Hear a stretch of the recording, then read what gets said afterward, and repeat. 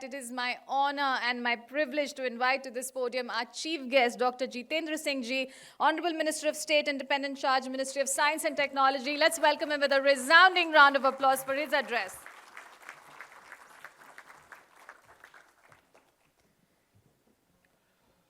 On the dais with me, Secretary, Department of Science and Technology, Professor Abhay Karindikar,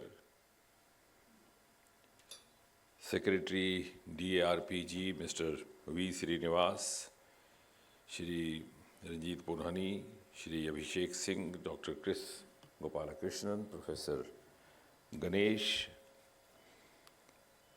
members of the fraternity, representatives of industry, of all the agencies, ministries, ladies and gentlemen. At the outset, I must perform the pleasant task of formally congratulating the entire team and Ganesh for this beautiful project, very majestically accomplished in a short span of time, Bharat. And at the same time, this BharatGen Summit, I think, provides a rare opportunity, a rare occasion for all of us to come together under the same roof, and it truly reflects what Honorable Prime Minister has been often reiterating: the whole of government, the whole of science, and indeed whole of nation, because you have representatives from industry, you have representatives from the private sector, you have the young innovators, the researchers, the policy makers, and startups as well as potential startups. Now, before I say anything else, I was very keenly listening. That is the advantage of speaking in the end, that you don't have to prepare something for yourself. You can just pick up the cue from what has been spoken earlier. So it's indeed a very fascinating subject, artificial intelligence, and to an extent it also has a certain amount of romantic aura around it. So it sounds very romantic, and so it's AI driven, regardless of how much driven it is or not. But as a medical practitioner, what has been my experience is that it also has a certain amount of a therapeutic effect, rather I would say a placebo effect, as we say in the medical parlance. I remember in clinical practice, sometimes the patient would not be satisfied if you didn't give him a medicine. So sometimes we would just ask the nurse to give him an injection with saline water, and he would be happy having taken an injection a day. And why I'm saying so is that I think I'm the only member of parliament, maybe the only one who started off. I have an arrangement in my own constituency where we have set up a mobile clinic, telemedicine clinic, which is AI driven. We have an IT team there, a resident doctor who's just a graduate, and then the clinic is connected to some of the leading corporate hospitals across the country, Ahmedabad, Bengaluru, etc. And this team conducts the tests, then it is communicated to the concerned super specialist in whichever hospital. In about 40-50 minutes, we get back the prescription, which otherwise would cost many thousands, a couple of thousands in the private sector. So this, we are doing it out of philanthropy, and some of the corporate houses come forward. Otherwise, we take about 30-40 villages, and over a span of 3 months. So each phase costs us rupees almost 80 lakh or 1 crore. It's a very lucrative health startup, in fact. And these boys are earning very handsomely. But there, the pattern of history taking is that you have that resident doctor who speaks to the patient, and then he immediately shifts over to the AI doctor, who's a very, very graceful lady doctor. And she speaks in the language you speak. So we already have many of these 22 languages already in place, and more often than not, she speaks better in that lingo compared to the patient, and that solves half of the problem. Chota mota sir dard usi mein khatam ho jata hai. When he finds a villager who has never seen the face of a doctor, because these days, because I realize that in remote villages, even if the government sets up a health doctor, many of them don't report there. So government can't be doing everything. Not can you leave everything to, in fact, there was a very remote village where we had a health doctor, health clinic, but we didn't have a doctor. So somehow I asked my people there over, I said, we can arrange at least one doctor, but which one would you prefer? So they said, okay, let's have a gynecologist, because a lot of these maternity and delivery, etc. cases come here. We have no one to attend. So we managed one young girl. She joined and suddenly disappeared after 2 days. So I reported to the authorities. They issued a notice. They even issued a suspension order. She didn't come back at all because she might have found a better option. So I think this is brilliant. And this patient who's never seen a doctor, when he gets to converse with a fascinating doctor on the screen who actually speaks better Telugu than Mr. Srinivas can speak, because his Telugu might have got mixed up living in Delhi. It's a great placebo effect. But at the same time, my other observation is that since it's a new experience for all of us, we are still evolving. A time might come when we would even start thinking of human intelligence intervention in AI. Today, it is very fanciful talking of AI intervention. And I think one of the best examples is generated from Mr. Srinivasan's experience. He was very rightly mentioning the success story of the grievance model CP grants, which is now being emulated by the other countries of the world, which has been recognized as one of the best practices globally. But what day I told Mr. Srinivasan, I said, your disposal is 98%, but the complainant goes back with a long face. So he looked back, he said, what does that mean? I said, because in the English language, no two words mean the same. So disposal does not mean that you've made the patient happy, the complainant happy. Because when the complainant files a complaint, why am I not the secretary DST? You dispose of the complaint in 2 days, citing all the valid reasons. Look at, these are the criteria, you don't qualify and therefore not. But he thought maybe he would get some relief, some benefit. So believe me, we actually introduced a human component. So now for the last 1 year, we have this arrangement, we have a hybrid arrangement. I think that's ideally what is going to happen. So after the disposal of every complaint through AI means, we have a human voice talking to the complainant, trying to do some counseling and some, look at this is like that, like that. So we didn't have a place there where he sits, so they hired a small chamber in Noida.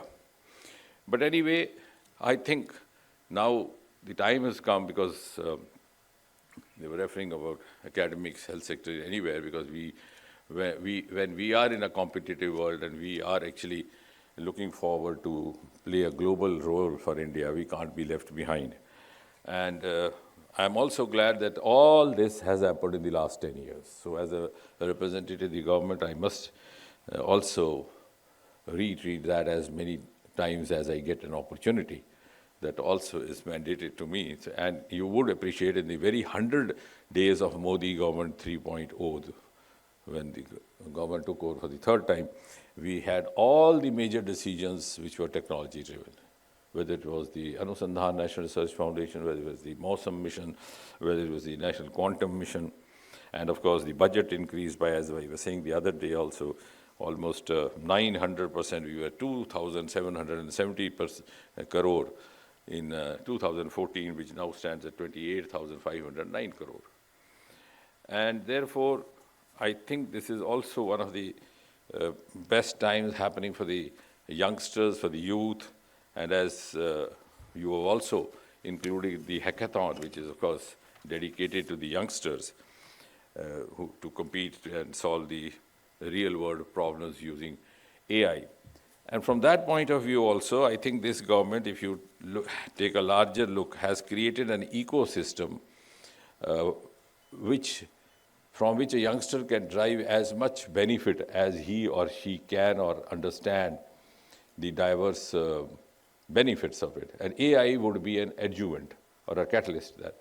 For example, on the one hand, you have the National Education Policy 2020, NEP 2020, Incidentally, we don't have a representative from that ministry. I wish we had that because it's also closely related to this initiative, which delinks degree from your vocation. So you are no longer a prisoner of your degree. So if you've done your class 12 with the aspiration to become a doctor, then you don't get imprisoned in biosciences. Otherwise, in my and your times, you had to do graduation in the same subjects. You set out to become a doctor, ended up becoming BSc, bioscience, and then MSc again, botany or zoology, then PhD again. So ultimately, you ended up unwilling, unemployed PhD. Good for nothing, neither for yourself nor for the nation. So NEP 2020 is a great game changer, which would enable all these ventures. So you can change your subjects, you can juggle your subjects, you can introduce artificial intelligence as one of the components.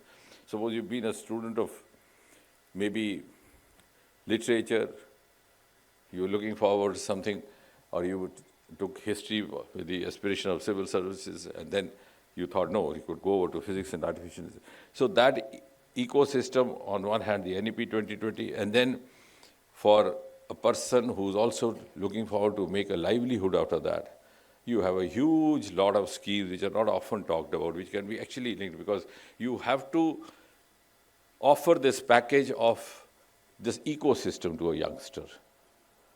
Otherwise, artificial intelligence alone may remain artificial for him. But how to make it or convert it to real benefit? So you have schemes like, for example, Mudra. You can get a loan of 20 lakh, which was early 10 lakh, without any gratuity, without any mortgage. Unheard of. This is happening now. And I have come across some of the youngsters. In fact, the other day we came across a young girl who had combined 5-6 schemes and made a small empire for herself, beginning from nowhere, without any support from the family or the elders. Then you have the Vishwakarma. We already have about 52.7 crore loan sanctioned through Mudra. Then you have the Vishwakarma, where you can actually carry on with your traditional vocation, which, as Ganesh was mentioning, this is for Bharat. You can actually carry on the Bharati ethos of artisanship, for example. Using AI, you could make it simpler, you could make it faster, whether it's weaving, whether it's carving, whether it's making those Muradabad brass pots, etc. So, but this is what has to be understood by the youngster, and what we need to understand. You have the PM Swanidhi Yojana. This is almost 98.48 was the figure last I saw, about 1 crore already beneficiaries. These wayside tracks. And I come across, because being in public, I have to be with them. I have no choice, unlike you, because you don't have to go back to come back. So I have to go back to them, get endorsement to be back with you every 5 years. So I found some of the youngsters who were just having a kind of a ready, now converted into a beautiful glass, small chamber, mobile. And one of them also using AI for Golgappa, so that the people don't have this apprehension of hygiene considerations. And he's put up 5-6 taps. He's got the benefit of Mudra. He got the benefit of PM Swanidhi Yojana, which is dedicated to the ready wala for street vendor. For the first time, this government has worried about street vendors. Otherwise, street vendors' fate was always deplorable. He would be pushed aside, either by a driving car or by a cop. And so I think that I saw in Jorhat, he had put up 3-4 taps, different kind of, ingredients for the Golgappa.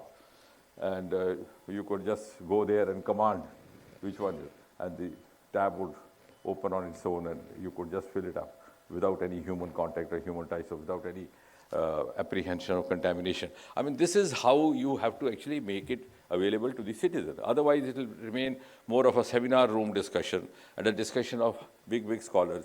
But the lesson from NEP 20 reform is that we don't need to be a PhD. Don't get scared by seeing this gentleman over here. We have, for example, started lavender in the agriculture sector. We have 3,000 startups. Now they started using AI. In fact, really recently I said we can also introduce the AI component for value addition to the different, because lavender is a very versatile material, it produces very versatile products. And many of them are not even graduates. So what happens is that when you have an imposing panel over here in a meeting like this, our children get scared. But the message should also go out that look here, all these tools of technology, as you rightly mentioned with the Bharati, they are meant. You don't have to be holding a very fancy degree for this. And similarly, now we have also, in the same budget, we got this option of internship with about 280 companies. Already we have received 6 lakh applications. And of course, what the remarkable hallmark of this government was that we have opened up to the private sector, because it's been my belief personal also that we can't be leaving everything to government. It's easier said than done, because government would never have that kind of resources. And all the success stories across the world have happened because they didn't depend on the government. So let the government come to you. You have to make them. Yesterday I was in a very small town, and the tourism association came to me. He said, we don't have government support to promote tourism. I said, what kind of government support? He says, maybe they could arrange some Amir Khan or some Shah Rukh Khan to come here. I said, what have you done to promote your tourism? They said, look, I said, you don't have to spend any money if you prepare some social media material or data and circulate it. It could be AI-driven. So actually now we have so many tools we can all do on ourselves. Even the mindset, particularly because we inherited a feudal system, and 70 years is not a long time to get out of that. We still feel, जो होगा सरकार करेगी. बड़े पहले हमारे ज़माने में तो किसी बुजुर्ग को भी सरकार ही कहते थे, सरकार बताए. So we are actually prisoners of that mindset. Otherwise, in the present setup, with the technology available and the host of these schemes available and everything open to the private sector, I think the youngster can be taught to be doing on his own and then looking forward to government as a facilitator. And in the times to come, that is exactly going to be the scenario. In fact, since I'm also dealing with the department that Mr. Srinivas looks after, I said, when you prepare this vision document for 2047, you must also include the indices, including the analysis of the fact how much would be a civil servant actually required in 2047. Would you have a role at all or not? Or you would be just be facilitating the role? Like, like a generator, bijli band ho gayi to aage. Maybe you will be just a generator called for only when other systems fail. So it's very difficult because we are visualizing, we are talking of 2047, but seeing it through the prism of 2025. So but nevertheless, I am glad that we have this ICPS mission also. Professor Krish is also there. This again was this government's initiative with 3,660 crore. And we have in this mission broadly 4 categories. Of course, last time we had this program where out of the 25 THs, 4 were risen to the different next level of technology, translation research parks. And in fact, these are also primarily the 4 major categories of activities, being the technology development, entrepreneurship development, HR development, and of course the collaborations. And therefore, I think once again, congratulating this BharatGen, which is expected to bring a consortium of nation's top academic institutions, but that has been a grudge for long, that topic. In fact, one of the features that NRF the Anusandhan is going to take care is the grievance that only top academicians come together and get the benefit. So there were certain scientific reasons, because when we rolled out project, particularly from the DST, they qualified better for projects. So now we are trying to democratize that. I think we would have to percolate down, as we did in case of aspirational districts, or now we are into aspirational blocks. So we would also have aspirational universities, aspirational institutes.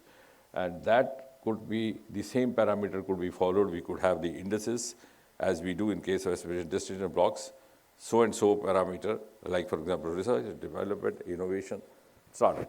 Where does that institute stand vis-a-vis number 1 in that state, vis-a-vis number 1 in the country? So that also creates a sense of competitiveness and also enables the given institute to realize where one is.